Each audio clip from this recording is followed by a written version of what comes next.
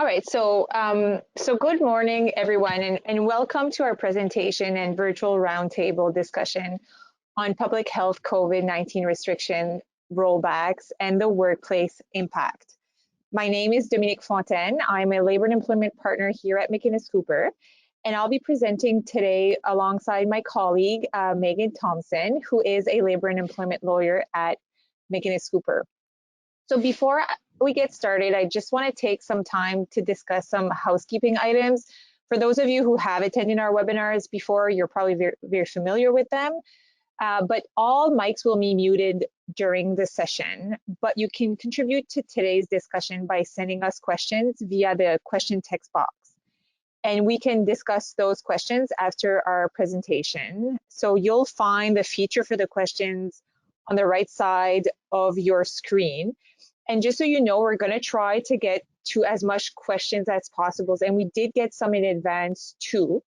However, if we can't get to your question, we really encourage you to reach out to a lawyer in your region or to myself or to Megan to ask your questions, and we'll be happy to do that. So it's a great pleasure to see so many people in attendance this morning. And when we try to come up with subjects for these monthly webinars, we always reflect and we ask ourselves, what type of questions are clients asking us? What is on our clients' minds? Like, what keeps our clients up at night? And there's no question, in the last 2 years, it's been COVID-19 related. So we have a hard time talking about anything but COVID-19 in these webinars. So when we started, maybe we can go to the next slide. When we started to think about subject a couple of weeks ago for this webinar in February, we thought, okay, we're going to talk about human rights and COVID-19. And we thought it was a very good topic because the type of questions that we were getting from clients 2 weeks ago or 3 weeks ago was, how do we determine whether an exemption is legitimate under a vaccination policy? Is there such a thing as a religious exemption? What can I ask to confirm a religious exemption? So that's what we decided. We did research and we were all ready to proceed last week. And then late last week, we noticed that there was a shift in the questions that we health restrictions across Canada. And clients were no longer really calling about exemptions, but about what to do with the announcements from public health in different provinces that restrictions would be rolled back. So in the last week, the questions have been, what do I do? Do I revoke my policy? Do I modify my policy? Do I leave it as is? What are my obligations in light of these rollbacks that are coming?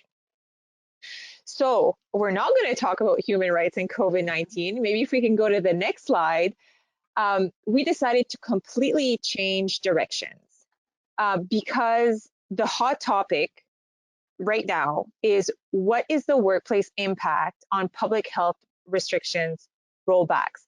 And that's why, and I'm going to quote Ross Geller for those of you that watch Friends, we decided to pivot the subject and talk about this. And I'll take this opportunity to say that, we do these webinars for our clients. We do these for you. So if there's something that you want to hear about in a webinar, please reach out to us and we'll be happy to talk about what you want to hear. With all that being said, we certainly hope that what we will be discussing today will be beneficial for everyone on the line. So I'll let Megan take it from here, and she will start by giving a little bit of a refresher or summary on where the different Atlantic provinces land in terms of public health restrictions rollbacks. And I mean, that would be as, things change daily. So that would be as of, I think, probably yesterday or this morning. So Megan, you can go ahead. Thank you. So as Dominique mentioned, we quickly pivoted on the topic for this presentation in light of the evolving rollback of public health restrictions across Canada. Alberta's proof of vaccination policy was the first to be eliminated in Canada on February 9th, with Saskatchewan soon following on February 14th. And Manitoba, Ontario, and Quebec have all announced the elimination of their proof of vaccination requirements, also set to take effect in March. So yesterday morning, in preparation for this presentation, I reviewed the latest up-to-date public health releases for each of the Atlantic provinces to see how each respective government intended to approach it. And as we have seen with COVID news in the past, those schedules were already out of date by the afternoon following government releases from Nova Scotia and Prince Edward Island. So I ensured that I reviewed the latest releases as of end of day yesterday. This is clearly an evolving circumstance in the COVID context. So yesterday, Nova Scotia accelerated its timeline for easing public health restrictions. On Monday, February 28th, the requirement to show proof of vaccination before participating in discretionary events will end. And by March 21st, all COVID restrictions in Nova Scotia, including masking, are scheduled to end. PEI also announced that it will advance its timeline, and the PEI Vax Pass requirement will be discontinued, also starting on Monday, February 28th. As of now, it appears the PEI is maintaining its schedule for the removal of capacity limits and masking requirements, which is currently scheduled for April 7th. Newfoundland and Labrador has also released a phased approach to lifting public health restrictions, with all restrictions scheduled to be lifted, including capacity requirements, vaccination proof, and masking, all on March 14th. And finally, New Brunswick, just last week, recently moved to its least restrictive alert level, which removed capacity restrictions in most public gathering venues, but masks and proof of vaccination remain required at this time. However, Premier Higgs has indicated that he does intend to end those remaining restrictions in March, but there are no specific commitments as of the date at the present time.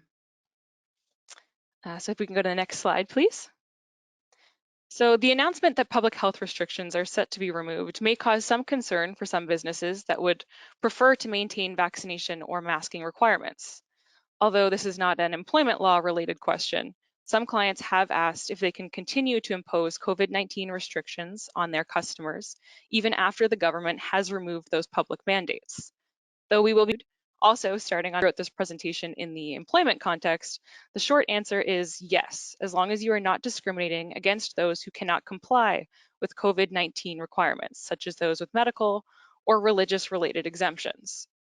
However, it is important to remember that when you are providing a service to the public, those individuals are covered by human rights legislation.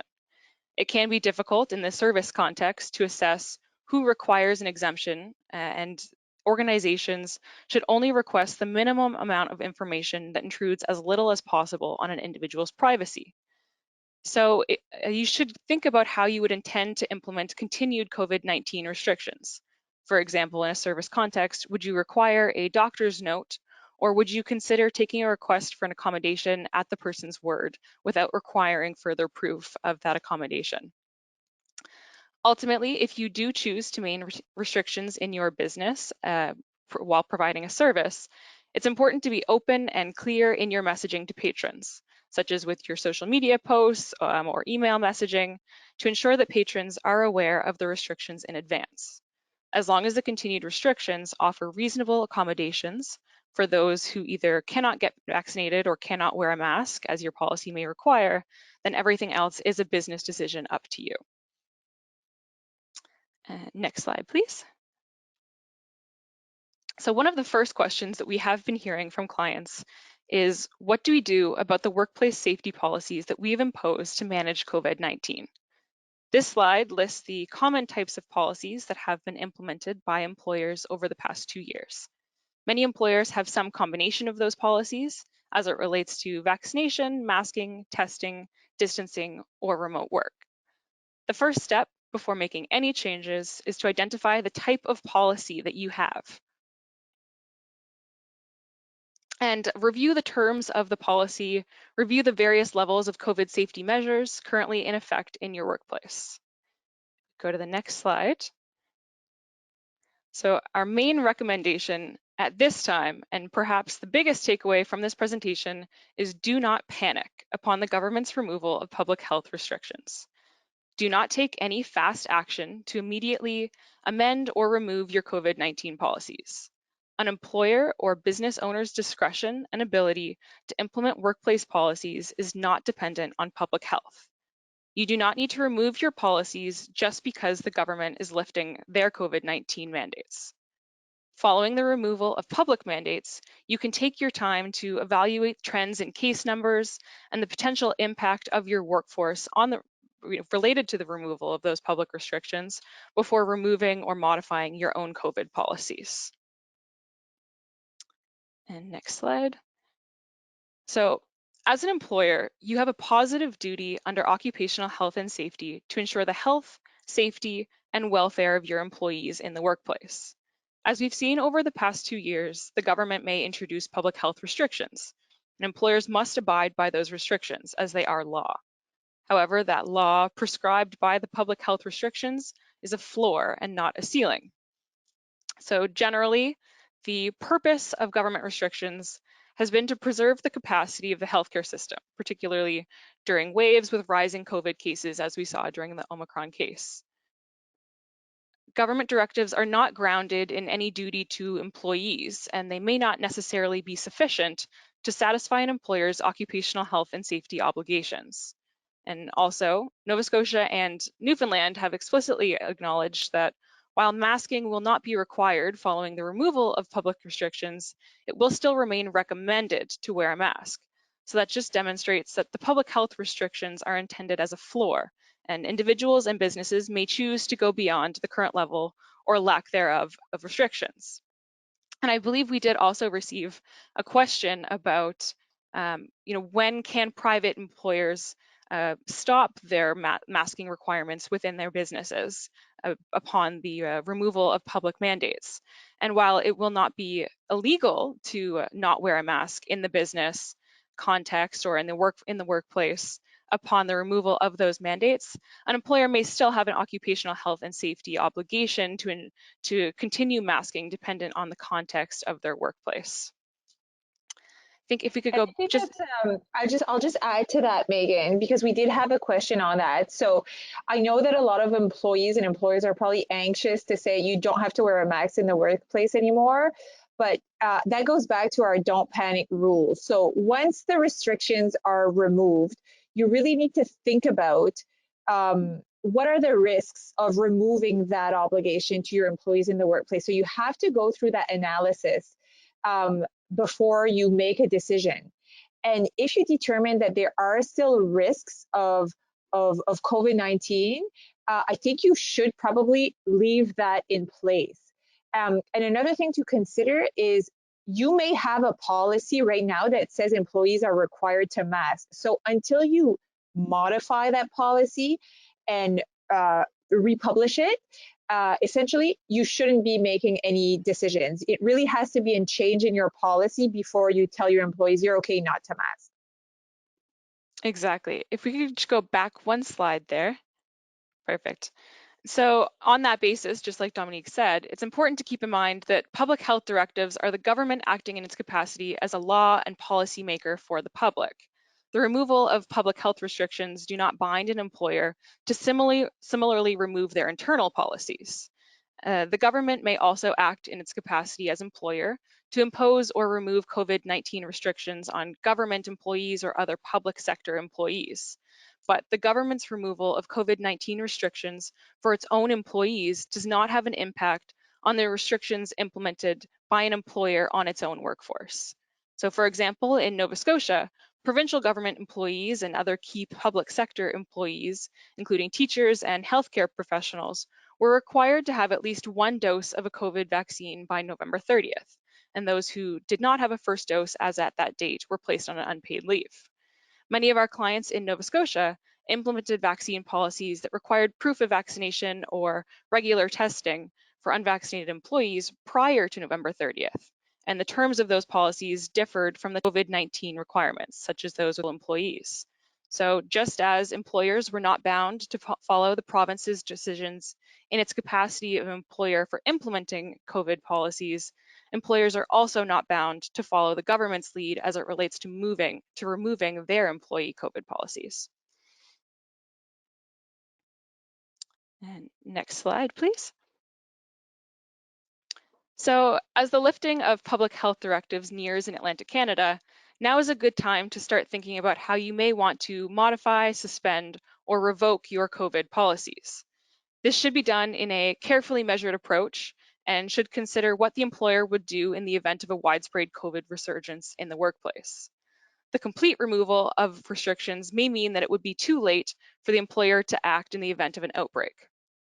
While the Chief Public Health Officer of Canada has provided an updated longer range forecast stating that the Omicron wave has likely peaked, she acknowledged that the easing of public health restrictions across Canada could lead to a resurgence in daily cases going forward. So the impacts of such a resurgence on both the health and safety of employees, as well as the impact on the continued operation of your organization, should be considered in the measured approach in modifying this policy.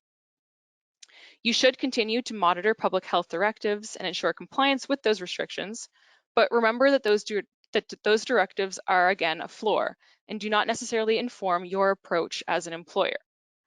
When you are prepared to start lifting some aspects of your COVID policies, it should be done in a slow-paced, phased approach, removing those more invasive requirements as appropriate when you determine that they are no longer required and the risk level has decreased, while still keeping some of those less invasive requirements as a layer of protection while you observe any effects resulting from your phased rollback.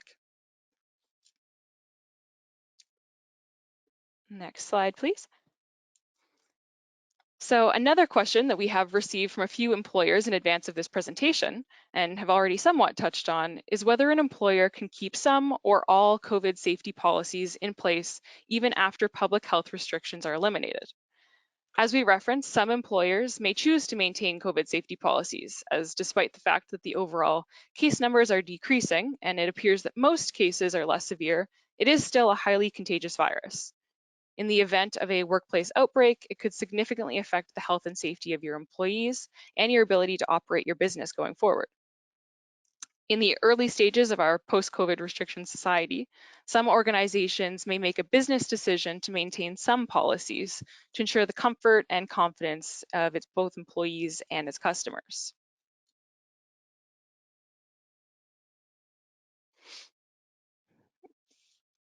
So as you will recall, if you attended the January webinar regarding the COVID vaccine policy cases, Ian and Chris explained that the reasonableness of COVID policies is all about balance.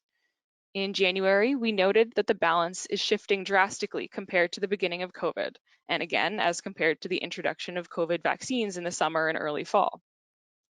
Most arbitration decisions that have assessed the reasonableness of mandatory COVID vaccination policies have found that they are a reasonable balance between the rights of employees to decide whether they want to get the COVID vaccine and the employer's obligation to provide a safe workplace for its employees, clients, and members of the public. Next slide. So in the January webinar, you were told that the context related to COVID-19 was changing, thus affecting the balance of individual employee rights versus workplace safety. At that time, we were in the thick of the Omicron wave and seeing increased case numbers all across the country. The recent about-face changes to the public health directives is now another factor to consider when evaluating the COVID context and the reasonableness of COVID policies in the workplace. Most of the arbitration decisions related to vaccine policies were decided during the Omicron wave, when the massive wave of new COVID cases were resulting in more widely adopted vaccine policies. At that time, arbitrators found that the policies were reasonable. But as the context of COVID continues to change, what is reasonable may also change with it. COVID policies are not a one-size-fits-all, and as COVID is a unique situation, the balance may be different for each organization. So employers will need to carefully consider the unique aspects of their workplace to determine whether mandatory vaccination is necessary to ensure their employees' health and safety, and if something less onerous would be enough, bearing in mind the changing broader context, particularly as public mandates are rescinded. So when evaluating the balance, consider whether, like that list on the slides shows, your employees interact with vulnerable populations or have significant contact with the general public, thus putting them at a greater risk. Consider if there is a history of COVID-19 outbreaks in your workplace, and the Omicron wave may have significantly changed that consideration, as you may have witnessed the effects of an outbreak in your business. Consider if there are alternatives available that would reduce the risk of COVID-19 transmission, such as allowing employees to work from home or wearing a mask rather than requiring vaccination, and whether that would be sufficient to reduce the risk in your specific workplace. And also, again, consider the type and the nature of the workplace and whether that increases the risk for COVID transmission, such as employees working in frequent close contact or high-touch surfaces around an office space. Also consider whether the employer's business would be substantially interfered with if employees are not vaccinated. For example, whether employees are required to frequently access third-party sites that also require vaccination. And on that point, it will take some time to wait and see how those third-party clients that you may interact with respond to the removal of public health restrictions. Any change that you make to your policy related to third parties and vaccination proof may be dependent on their reaction to the public health mandates as well. And now also consider, finally there, the broader public context and this new addition of the removal of public health mandates. What do COVID cases and trends look like now that public health restrictions have been removed? And that may also take some time to see how case numbers progress in the coming weeks after the removal of public restrictions. So ultimately, the lifting, again, of public health directives may signal to employers that they will need to reevaluate their policies and reconsider the balancing of employees' rights versus workplace safety, bearing in mind that this is a continuously changing context. What is a reasonable balance in light of the new context will depend on each workplace, as well as how COVID progresses in the coming weeks and months.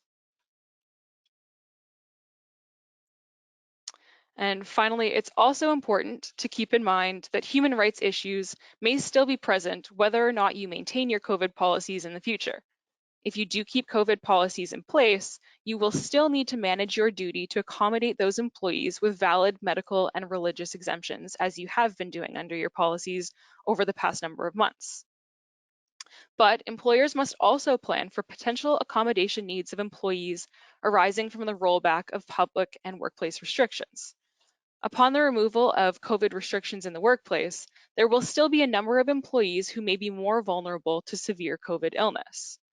The duty to accommodate may shift from the current duty to accommodate employees who are exempt from vaccine or masking mandates to those employees who have underlying health conditions or disabilities that now make them either more susceptible to contracting COVID or from suffering from adverse outcomes if in the event they do contract COVID.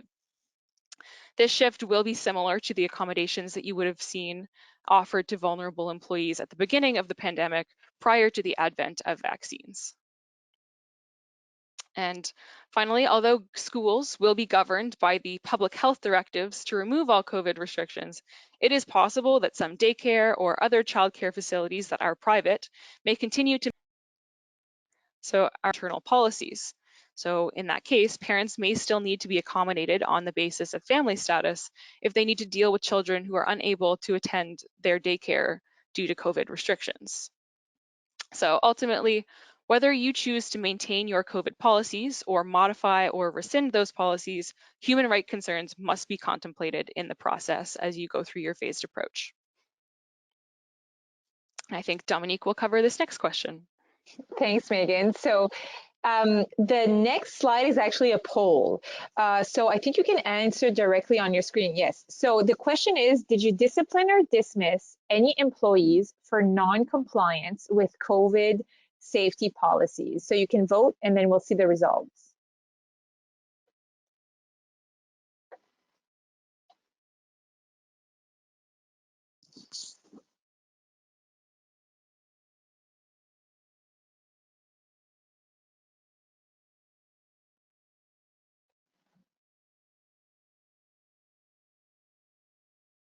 Okay, so there is still a lot of employers that have not dismissed or disciplined for non-compliance, but we do have 39% that have. So I guess this question will apply more for the 39% that have. So if we go to the next slide, just to provide some examples, some employers have dismissed or disciplined employees for their failure to submit to rapid testing or mask in the workplace, and others have terminated or disciplined employees for not being vaccinated. So I'm not talking right now about employees that are on leaves because they're not vaccinated. I'll cover that subject a little later, but it's really, I'm talking about discipline and dismissal. So one of the questions that we're getting is, if we modify our policy and remove the rapid testing requirements, like what do we do about these employees that have been disciplined for failure to comply? Or what do we do about employees that have been dismissed for their failure to comply with policy? And now if we modify or we revoke that policy, what do we do about that? So if we go to the next slide, I think one important thing to keep in mind when we're dealing with discipline and dismissal is that timing is very important from a legal perspective. So if you have an employee who will grieve a discipline or who will file a lawsuit to say that they've been wrongfully dismissed for non-compliance with COVID-19 policy, and they try to focus their argument on the fact that the employer has now modified their policies because of the rollbacks, the legal question that will be in front of a judge or an arbitrator will remain: what were the facts at the time of the dismissal or at the time of the discipline? And what was the applicable policy at the time of the dismissal and the time of the discipline? So it's a basic principle and at law that an arbitrator and a court will not look at things into the future and how things have transpired or how things have changed to determine whether or not a dismissal or a discipline is appropriate.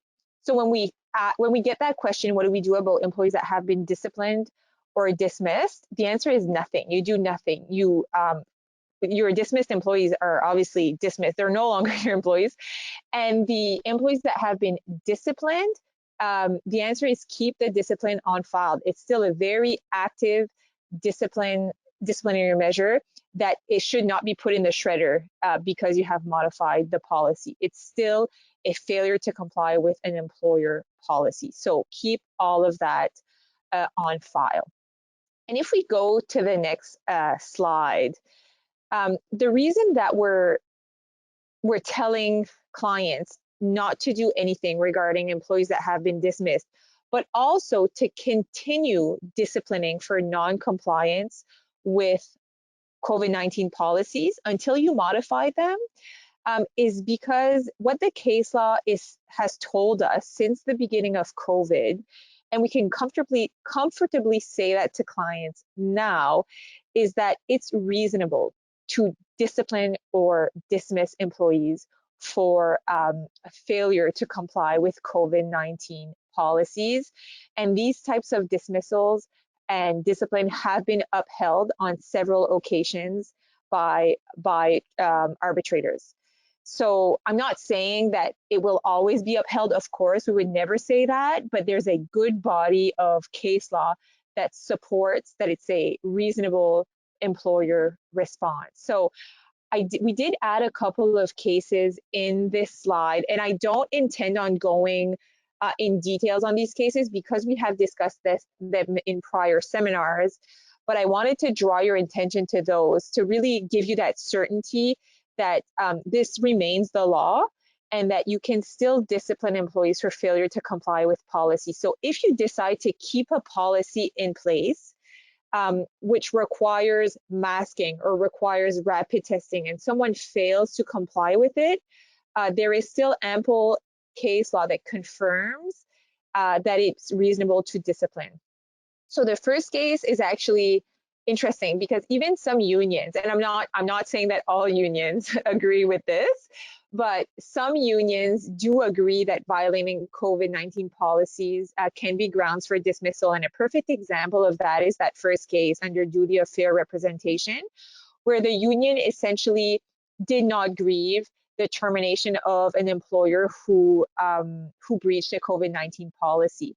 And the employee filed a complaint of duty of fair representation, and the Alberta Labor Board essentially said it was a reasonable decision from the union, which tells us that that the dismissal was reasonable too. Another case of discipline, this was not a dismissal grievance, it was a discipline grievance, is the Van School District number 39 case. And this case is, it's quite something. It's an employee who was previously sick with COVID-19 symptoms. He came back to the workplace and coughed deliberately on another colleague, and he was suspended.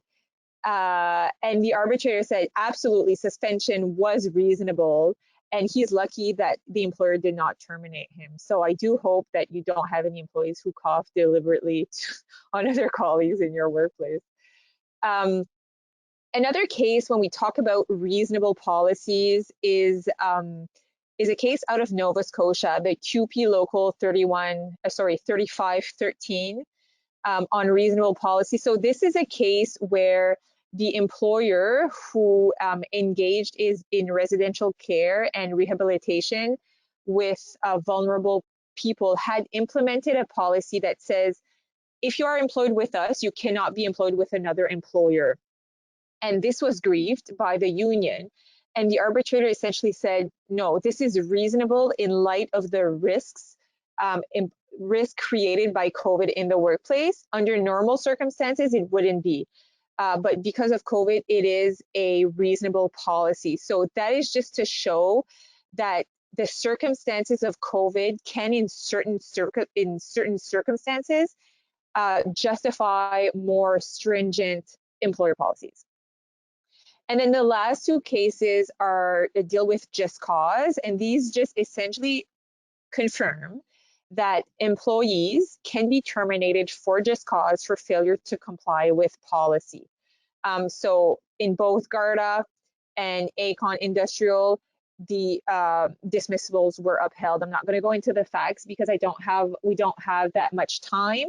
But the purpose of this slide is to reassure you that as long as you have a policy in place that is reasonable in terms of that balance that Megan talked about and the context, you should feel comfortable to discipline or terminate in extreme circumstances employees that fail to comply with policy, because we do have a lot of case law on that. So just to go to the next slide. So the next slide is really just to talk about, and Megan alluded to these cases a little bit in her presentation, but we just want to remind the audience that there is a lot of case law out there, and it's all arbitration cases because it's so much easier for unionized employees to grieve policies. We rarely see that in non-unionized context, because the only way to really fight a policy would be to file a wrongful dismissal claim. And we haven't seen any of those yet relating to COVID. We do assume that they will come, in the sense that for those employees that are on lengthy leaves of absence for failure to be vaccinated, there is a risk that they would resign and claim a constructive dismissal. And if they do so, the premise of the argument would be that the policy under which they were put on leaves is unreasonable. So that would be a venue where we could potentially see case law coming from non-unionized workplaces, but we have not seen these cases before.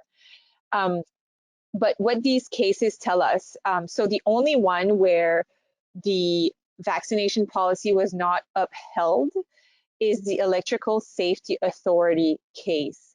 All the other cases, the vaccination policies that were grieved by unions were upheld. So I wanted to quickly discuss them. I will not discuss them in details, but discuss them in a way that when we think about the rollbacks from public health restrictions and how it impacts the workplace, and whether or not you need to modify your policies, we need to think about, what do arbitrators look at in terms of reasonableness of a policy? And there's different factors. One of them is that balance that Megan talked about, and the context. So the context around COVID is also a very important factor. There's also other factors like the collective agreement and whether or not your policy talks about human rights issues. But really, the context and the balance is what is really, really important when we talk about the rollbacks. So in terms of the balance that Megan talked about, when we balance the public and worker safety versus the rights of employees, I'm not sure that the public health restrictions would be extremely relevant. And as Megan alluded to, it's really a floor. However, we have to keep in mind that what government is doing in terms of the rollbacks is usually very much driven by the cases situation. So the balance is not necessarily that the rollbacks occurred, but it would be that that COVID is not that aggressive, or there's not a lot of cases. So don't think that the rollbacks automatically means that the balance will be in the employee's favor. That is not the case. There's several other factors to consider. However, it may change that balance, but that really depends on your workplace. And I want to talk a little bit about what Megan said. And I think that's a very good point. When you have clients that are telling you you need to only send vaccinated employees to our workplace, there's really nothing as an employer that you can do about that if you have unvaccinated employees. And in all these cases, most of these cases, arbitrators did actually consider this as a very important factor in that balance. So it's very important to check with your clients on whether or not they intend to keep these policies in place before you start thinking about modifying your own. Because the worst thing that you could do is tell all your employees that are on leave, okay, come back to work, we've modified our employees, and then you realize I have no work for them. I can't even send them to my client's premises. So that's really important. That's all part of the balance. And when we think about context, I find it so interesting, because in January, what we were telling clients about context, while we were all like isolating at home and restaurants were closed and gyms were closed, we were saying context is very, it really shows that it's severe and that COVID, that we need these vaccination policies in place. And now a month later, there's a huge shift where we're saying context remains important. But when we think about it, the case counts have not significantly dropped. So it's obviously still important, but the context differs every month. So when the context differs every 1 month, it's important to keep in your policy that ability to modify your policy at any point. And that was something considered in one of these cases, or two of these cases. The arbitrator said an important piece of the policy is that it's not a permanent policy. It's a policy that is subject to change. So as long as you have a policy that it's clear that it's not permanent, that it's dependent on context, and you've gone through this analysis that context dictates that vaccination policies are important for your workplace, based on this case law, there's a good chance that that your policies could be upheld. And in that last Maple Leaf Sports decision, in the first couple of decisions, there was a big analysis on, the science behind the vaccine and whether or not it worked. And the latest one from January, there was a quote that said, "It's clear that the weight of authority supports the imposition of vaccine mandates in the workplace to reduce the spread of COVID-19. So this blanket statement was not based on public health restrictions. It was based on science. So we do have that latest case that essentially recognizes as a blanket statement that these types of vaccine mandates in the workplace are important. So when you consider your unique workplace and whether or not this change in the rollback should have an impact on your policy, think about the type of clients that you work with. Is it a vulnerable population? We did have a lot of questions, and I think there are a lot of people from the healthcare sector on this call.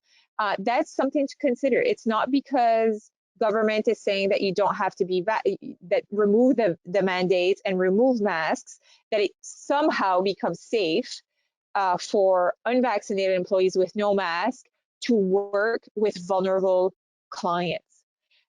So that's something to consider.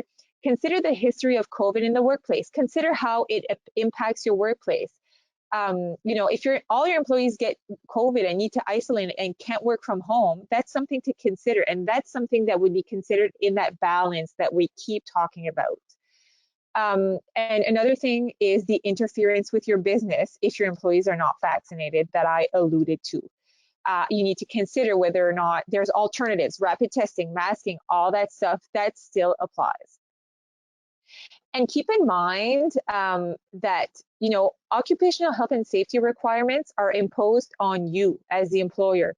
And you have a positive legal obligation. So if you fail to go through that analysis, knowing about all these cases that recognize that vaccination mandates do work in the workplace, there may be a failure on your part to fulfill your legal obligations under the occupational health and safety. And to date, I don't think there's anyone that would deny that the science really dictates that the workplace is safer if employees are vaccinated, and health restrictions such as masking and physical distancing are imposed by the employer. So if we go to the next slide, I think that's another poll. So did you place employees on leave of absence or requires employees to work from home due to non-compliance with COVID-19 health and safety policies? And you can vote from your screen.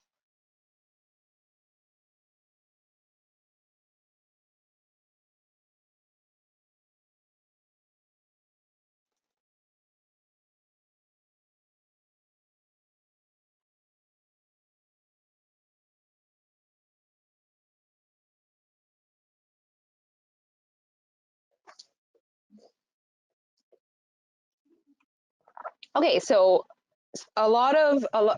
almost half and half. So we do have 43% of employers that have employees working from home or on leaves. And so the question, if we go to the next slide, the question that we're getting is, what do we do about these employees that are on leave because of non-compliance, or that we have required to work from home because they're not vaccinated? What do we do in light of these rollbacks? And just to go back to Megan's point is, don't rush into any decisions. So I think what's important to keep in mind is your employees that are working from home and that are on leaves are still your employees. So you need to communicate with them. So I think it would be fair to say, we are aware that the public health restrictions have rolled back. We are evaluating our policy and we'll keep you updated. That messaging, that open communication is so important with employees that are on unpaid leaves. I assume that these communications do go to the employees that are working from home, but open communication with your employees on leave, I think really diminishes the risk of them saying, I've been essentially abandoned by my employer and I'm going to resign and claim a constructive dismissal. So if they get a sense that you're keeping them updated, that there is a possibility in the near future that they'll be allowed to return to work, you are really mitigating the risk of a constructive dismissal claim. So do keep communication open. But until you have made a decision based on the balance, based on the context, based on your business as to whether or not you want to modify your COVID-19 policy to allow them to come back to work, don't let them come back to work. If you really have to have made that analysis and modified your policy before you allow them to return to work. And for the employees that are working from home, it's the same thing. keep open communication. And there's no harm in saying every month, as you know, the COVID-19 policy is not permanent. We're constantly evaluating it, and we'll keep you updated. To both, I think it's really important to keep that communication ongoing. Next slide. So just in terms of caution, for constructive dismissal, obviously, and I alluded to that earlier, but just know that if you fail to recall your employees that have been laid off or unpaid or put on an unpaid leave of absence, there's a risk of a constructive dismissal claim, where they're going to say, you know what, I didn't sign up for this. You're changing the fundamental terms of my employment. I have been without pay for months and months and months.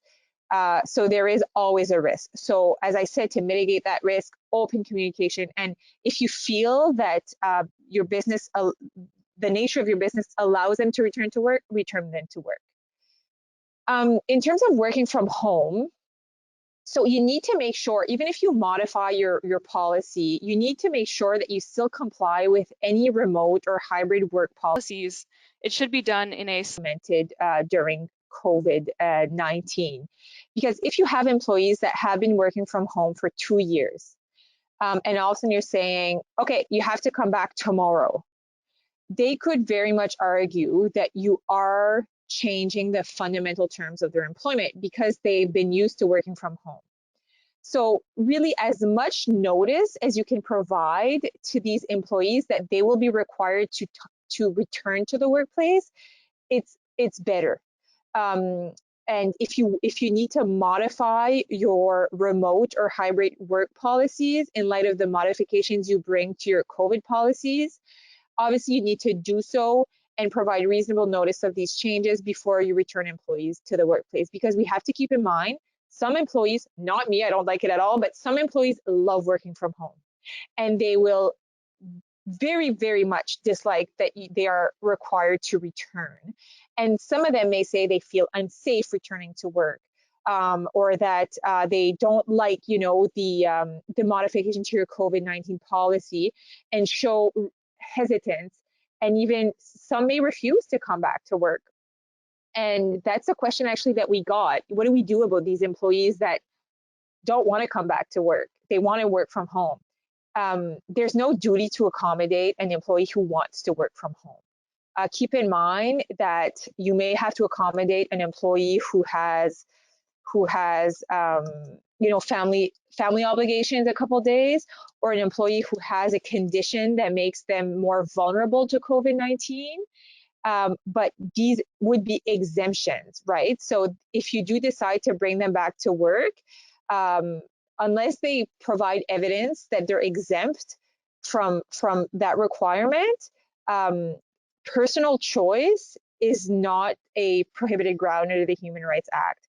And really, for the majority of cases, it would be a business decision if you want to force them to return to work.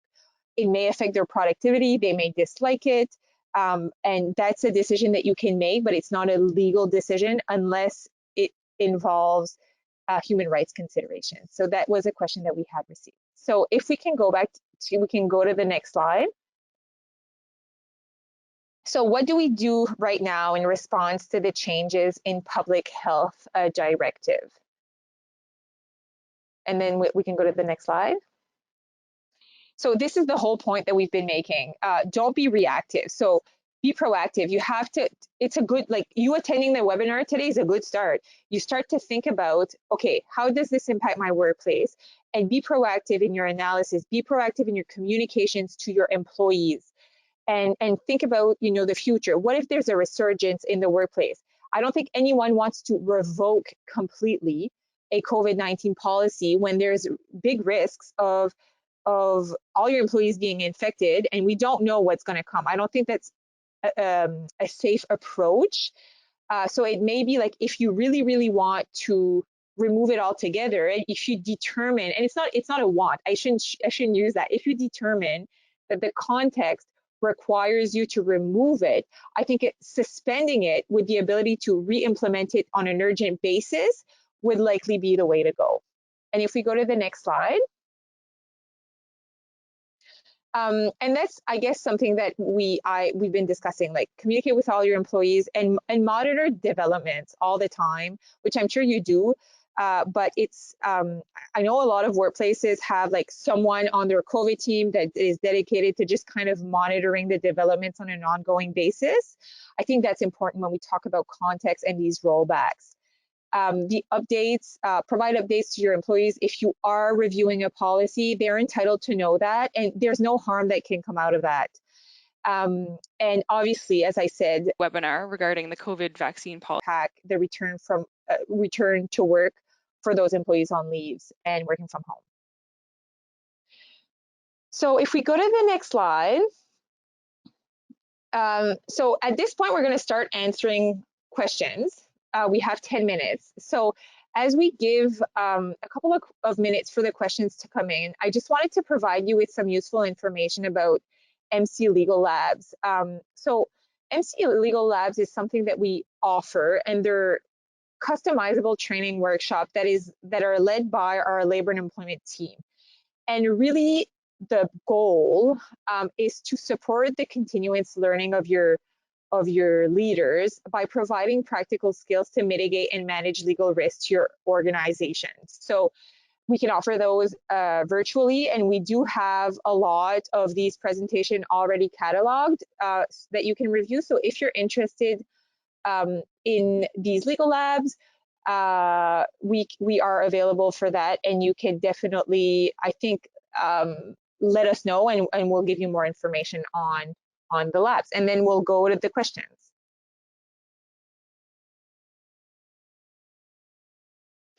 Thank you, Dominique and Megan, for that presentation. I'm just reviewing some of the questions that we received prior to our webinar today. The first question that we've got today is, are employers required to accommodate employees who are working from home and don't want to come back into the office when asked? Now, I think that you may have covered some of this in your presentation, so I guess we could just revisit some of that information now. Sure. So the general question to that would be no. There's no requirement to accommodate someone who wants to work from home. There is an obligation to accommodate an employee who needs to work from home due to a medical disability, or due to the fact that, you know, their children are at home because daycares have closed. So if there are human rights consideration, that's where the duty to accommodate is triggered. But generally speaking, the answer to that is no. The only thing I would advise is, if they've been working from home for 2 years, make sure you give them reasonable notice that they will be required to come back, and not just say, like, on a Friday, FYI, you're coming back on Monday. That I don't think that's a good approach at all. But no, there will be no duty to accommodate wanting to work from home. Perfect. Thank you so much for that, Dominique. Our second question is regarding masks. When working in a private organization's office building, when can we stop requiring masking amongst employees? Sure, I can take this one, Dominique. So as we had said, once the public health restrictions no longer require masks in public places and remove all restrictions, it will not be illegal for employees to not wear masks in the workplace. However, keep in mind again that we said that is the absolute floor following those public health restrictions.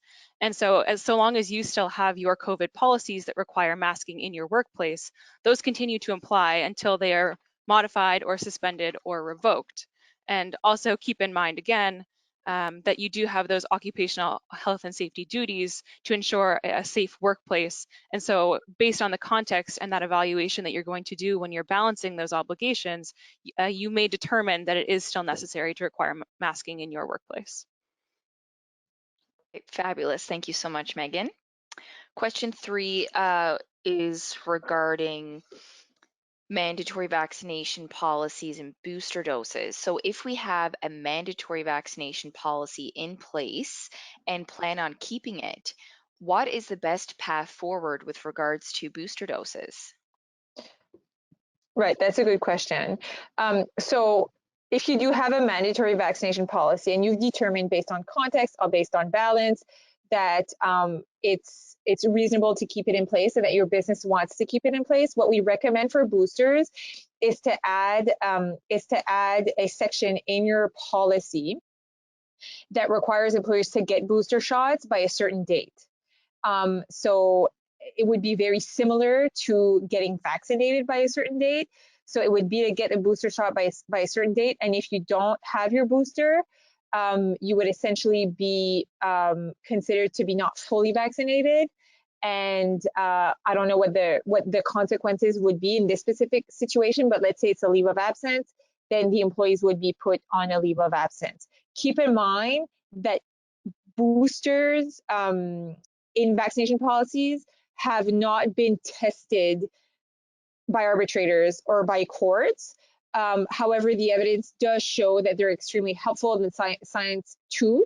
So we're quite comfortable advising clients to add a booster date in their vaccination policy if they feel that's reasonable in their workplace. Thank you for that. Question 4, are vaccine policies still needed? How do we deal with employee hesitancy in a no mask, no distance, no proof of vaccine environment? Yeah, that's a good question. That's a very broad question, right? And this is, I think the answer to that, like when you ask yourself, are vaccine policies still needed? The answer depends on your workplace. And that's kind of the point that we have been trying to make in this entire presentation. It may still be required in your workplace if you determine as the employer that to ensure the health and safety of your employees, some requirements like could be masking, could be physical distancing, could be vaccination are required, then I think if you make that determination, the answer to that is yes, they are still required. And again, that may change as context changes, but as a general rule, I would be very hesitant to give advice to an employer to say scrap it all together. And how to deal with employee hesitancy in no mask, no distance, no proof of vaccine environment, that's a very good question. I think that'll be a challenge for those employers that decide not to implement. So if you do have all that hesitancy, I think it would be more, it's a communication issue. So you need to address their concerns and explain what was the rationale, what was the employer's rationale for removing all these requirements, and why do you, as the employer, feel that it's the safe thing to do? You need to have that conversation with them.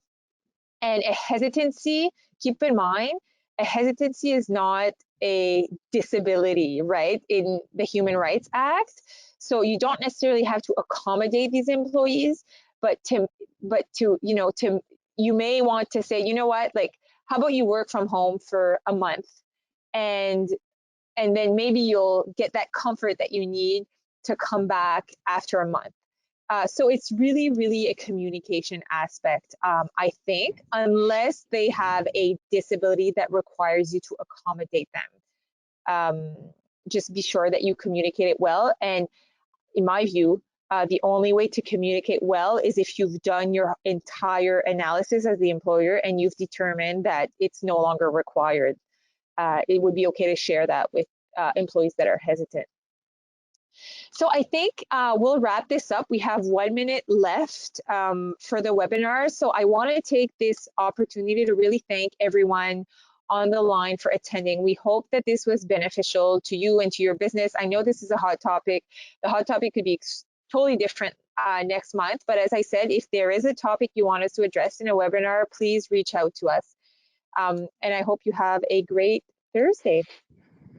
Thank you. Thank you.